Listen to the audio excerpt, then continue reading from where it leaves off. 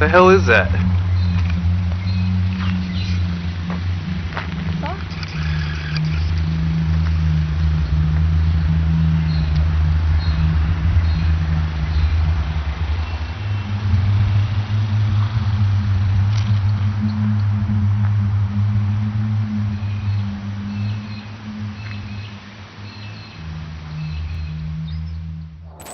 Que sont ces bruits effrayants dans le ciel? Saviez-vous qu'ils deviennent de plus en plus fréquents chaque jour? Seraient-ce les anges du Seigneur jouant de leurs trompettes et annonçant l'accomplissement de quelques prophéties bibliques? Ou serait-ce un phénomène surnaturel? Depuis quelque temps, des vidéos apparaissent sur Internet, prises dans diverses régions du monde, montrant le ciel émettant un bruit très fort et continu, comme si un avion avec une turbine très puissante passait à proximité. Mais lorsque les gens lèvent les yeux, ils ne voient rien d'autre que des nuages. Ce phénomène attire l'attention des scientifiques, des religieux et d'autres personnes qui en sont témoins.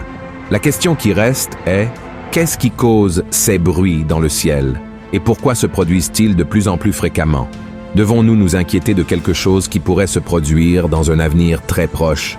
Dans cette vidéo, je vais vous montrer une série d'enregistrements de ces sons qui se produisent dans le ciel du monde entier, vous présenter quelques théories sur l'origine de ces bruits et donner mon avis sincère à la fin sur tout ce qui a été dit sur Internet. Mais avant de commencer, je voudrais vous demander de vous abonner à ma chaîne. C'est très rapide. Cliquez sur le bouton s'abonner, juste en dessous de la vidéo, et activez la cloche de notification qui apparaîtra à côté pour ne manquer aucune vidéo que je posterai. D'accord? Je veux vous aider dans votre marche avec Dieu tous les jours. Alors venez participer avec moi. Maintenant, commençons. La première chose que nous devons clarifier est que ces bruits dans le ciel ne sont pas nouveaux. Il existe des vidéos datant de 2012 montrant ce phénomène se produisant dans une ville en Russie. À l'époque, beaucoup de gens étaient si choqués qu'ils doutaient de la véracité de l'enregistrement, pensant qu'il s'agissait d'un montage pour effrayer ou attirer l'attention. Mais non, cela s'est vraiment produit et a été confirmé par des scientifiques et des milliers de témoins à l'époque. Et ces sons ont commencé à devenir plus constants à partir de 2020. Notamment pendant la pandémie de Covid-19. Et c'est à partir de cette information que la première hypothèse émerge pour tenter d'expliquer ces bruits mystérieux dans le ciel. La voici, la première hypothèse, les gaz dans l'atmosphère.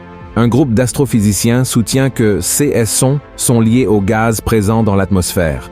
C'est comme si la Terre rotait littéralement. Et le fait que des gens aient entendu ces bruits dans diverses parties du monde pendant la pandémie s'explique par la diminution de la pollution sur la planète. De plus, avec moins de voitures dans les rues et moins de bruit quotidien, car la majorité des gens restaient chez eux, ces chercheurs affirment qu'il était plus facile de percevoir ce phénomène qui se produit constamment. Mais soyons honnêtes, frères et sœurs, pensez-vous vraiment qu'un bruit d'une telle ampleur passerait inaperçu? Même avec tous les bruits qui nous entourent aujourd'hui, nous remarquons, par exemple, lorsqu'un hélicoptère ou un avion survole près de l'endroit où nous sommes, n'est-ce pas? De la même manière, notre attention est attirée lorsque nous entendons un tonnerre annonçant une pluie. Alors, comment nos oreilles ignoreraient-elles un tel bruit? Et un deuxième point, si cette hypothèse était vraie, pourquoi les sons continuent-ils d'être entendus et enregistrés dans le monde entier, y compris dans notre pays? La quarantaine est terminée depuis quelques années et nous avons tous repris nos routines. Et pourtant, les témoignages de sons dans le ciel continuent d'augmenter. C'est pourquoi je ne pense pas que cela ait du sens. La deuxième hypothèse, délire collectif. Certains théoriciens, principalement des personnes qui remettent en question tout ce qui est lié à la science et à la religion, soutiennent que ces bruits dans le ciel ne sont rien d'autre qu'un délire collectif qui fonctionne à peu près ainsi. Une personne dit avoir entendu un bruit effrayant dans le ciel, ce qui en effraie beaucoup d'autres. Ensuite, cette peur générée dans l'inconscient de ces personnes les amène à croire qu'elles entendent également le même bruit. Et plus cette information circule, plus de gens sont affectés et commencent à délirer au point que tout le monde croit que tout cela est réel, alors qu'en réalité, ce ne l'est pas. Un exemple de cela que beaucoup d'entre nous qui ont plus de 30 ans se souviennent est la prétendue apparition d'un ovni au Brésil en 1994. Certaines personnes ont rapporté avoir vu un objet volant non identifié survolant le ciel avec des lumières jaunes et rouges. Et en peu de temps, pratiquement tous les Brésiliens avaient eu la même vision. Autrement dit, il est possible que 4 ou 5 personnes aient vraiment vu quelque chose, mais cette information a tellement attiré l'attention et inquiété tant de gens que beaucoup ont cru avoir eu la même vision. Et cela est devenu encore plus fort avec Internet, puisqu'une nouvelle peut traverser le monde en quelques secondes.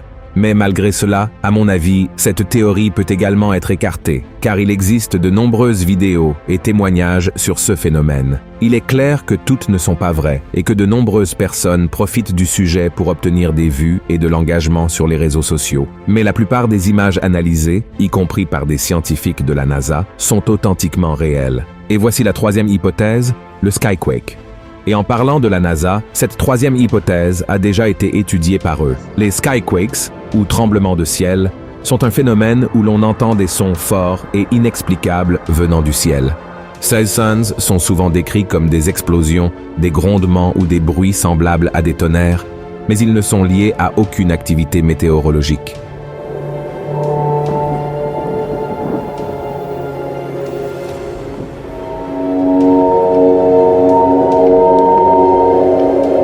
Les causes des Skyquakes ne sont pas bien définies, mais ceux qui défendent cette théorie disent que ces sons peuvent être causés par diverses situations, comme par exemple une onde causée par la collision de météores, des gaz au fond de l'océan qui peuvent provoquer des explosions lorsqu'ils s'évaporent et entrent en contact avec la surface, ou même des activités militaires, comme des tests d'armes puissantes et des avions franchissant le mur du son. Mais croyez-vous que la NASA, les instituts d'astronomie et même ceux qui s'intéressent et étudient l'espace ne diraient rien s'il y avait tant de collisions de météores près de l'orbite de la Terre? Ou alors, n'y aurait-il pas des accidents avec de grands navires si les gaz qui s'évaporent du fond de l'océan provoquaient de grandes explosions? Et plus encore, quel type de test militaire produirait des sons aussi forts dans tant d'endroits du monde, sans soulever au moins des questions sur le début d'une grande guerre? Ainsi, frères et sœurs, je trouve aussi très difficile que ces sons dans le ciel soient causés par des Skyquakes, quelle que soit leur nature. Et voici la quatrième hypothèse, l'espace moto. L'espace moto serait une sorte de tremblement magnétique dans le ciel. Selon la NASA, qui étudie ce phénomène, les ondes magnétiques autour de la Terre provoquent ce son qui, selon sa fréquence, peut résonner à la surface de notre planète. Et parmi les hypothèses que nous avons vues jusqu'à présent, celle de l'espace moto est celle qui a le plus de sens, car il y a vraiment beaucoup de types de gaz autour de l'atmosphère terrestre qui influencent la surface de la Terre. Et les espaces moto, qu'ils produisent du bruit ou non, ne causent aucun dommage à l'humanité. Ils se sont toujours produits et continueront de se produire. Et la cinquième hypothèse, le projet Blue Beam. J'ai une vidéo sur ma chaîne où j'explique de quoi il s'agit le projet Blue Beam, qui signifie rayon bleu en anglais. C'est une hypothèse qui a du poids parmi ceux qui défendent la théorie selon laquelle le nouvel ordre mondial utilisera une technologie avancée d'hologramme pour créer de fausses alertes d'invasion extraterrestre ou un éveil religieux de grandeur mondiale dans le ciel, afin de tromper les gens du monde entier et les soumettre. Ainsi, la population mondiale accepterait un nouveau gouvernement et une nouvelle religion qui garantirait la domination de la civilisation humaine par la manipulation. Selon les défenseurs de cette théorie, ces sons dans le ciel font partie du projet Blue Beam qui commencerait à susciter la peur chez les gens pour qu'ils commencent à chercher un sauveur, un protecteur qui serait présenté par le projet lui-même à un autre moment. Bien que de nombreuses personnes parlent sérieusement de ce projet, honnêtement, je ne crois pas qu'il existe actuellement car, bien que la technologie progresse de manière effrayante, elle n'a pas encore atteint le niveau de réaliser quelque chose d'aussi grandiose. Mais il est possible que cela se produise à l'avenir, surtout si c'est pour collaborer à l'arrivée de l'Antéchrist dans le monde. Et en parlant de l'Antéchrist, venons-en à la sixième et dernière hypothèse, la fin des temps. Beaucoup de religieux soutiennent que les sons venant du ciel ne sont rien d'autre qu'un signe que l'humanité est arrivée à la fin des temps, que Jésus lui-même a prophétisé dans Luc, chapitre 21, disant qu'avant son retour, il y aurait des signes dans le ciel, sur la lune et dans les étoiles. Et sur terre, toutes les nations seraient désespérées de peur du bruit terrible de la mer et des vagues. Et partout dans le monde, les gens s'évanouiront de terreur en pensant à ce qui va arriver, car les pouvoirs du ciel seront ébranlés. De plus, il cite également le verset 2 du chapitre 14 de l'Apocalypse. où l'apôtre Jean décrit des sons qu'il a entendus venir du ciel qui ressembleraient beaucoup à ceux qui se produisent récemment. Regardez ce qu'il a dit. « Et j'entendis du ciel une voix, comme un bruit de grosses eaux, comme le bruit d'un grand tonnerre. Et la voix que j'entendis était comme celle de joueurs de harpe jouant de leur harpe. » Regardez cela, frères et sœurs, si nous analysons ces deux prophéties de la Bible sans leur contexte véritable, nous pourrions bien affirmer que ces sons du ciel sont vraiment liés à la fin des temps et qu'ils annoncent le retour de Jésus.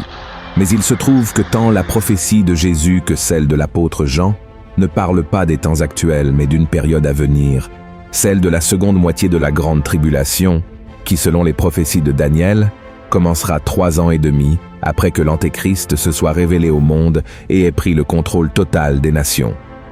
Donc, frères et sœurs, nous en venons à la conclusion qu'il n'y a pas de réponse définitive à ces sons qui se sont produits dans les cieux du monde entier, et il se peut que nous n'ayons jamais cette réponse un jour. Dieu a créé le ciel pour sa gloire, et dans Romains chapitre 11, l'apôtre Paul exalte la grandeur et les richesses du Seigneur en disant que personne ne peut expliquer ses décisions, ni comprendre parfaitement ses plans, mais indépendamment de l'origine des sons qui surgissent du ciel, nous devons être prêts pour le retour de Christ, car nous savons qu'il viendra bientôt. C'est pourquoi il est très important que vous mainteniez une vie d'intimité avec Dieu, cherchant toujours à suivre sa parole, car c'est ainsi seulement que vous serez épargnés de voir des choses terribles, comme Jésus l'a dit qu'elles se produiraient dans Luc chapitre 21. De plus, il n'y a aucune raison de paniquer ou de désespoir, car il n'y a aucune preuve que ce phénomène puisse nous nuire. Et vous, qu'en pensez-vous? Écrivez vos commentaires ici et je vous attends dans la prochaine vidéo. Que Dieu vous bénisse puissamment. Gros câlin.